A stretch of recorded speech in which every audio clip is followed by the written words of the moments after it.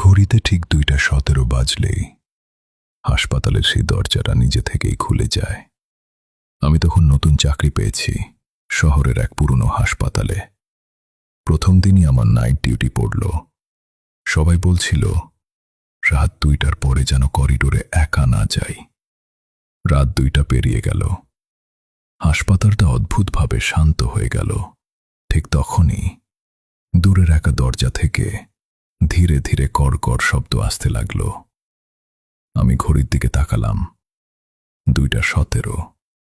আর ঠিক সেই মুহূর্তেই ওয়ার্ড নাম্বার 13 এর দরজাটা নিজে থেকেই খুলে গেল। ভেতরে উঁকি দিতেই দেখলাম বিছানায় একজন রোগী বসে আছে। কিন্তু এই ওয়ার্ডটা তো 3 বছর আগেই বন্ধ হয়ে গেছে। পরদিন সকালে সিনিয়র ডাক্তারকে সব বললাম। সে শুধু একটা কথা বলল, ওয়ার্ড 13 এর সেই রোগীটা প্রতিদিন রাত 2:17 মারা গিয়েছিল। আজও নাকি ঠিক 2:17 ওই দরজাটা খুলে যায়।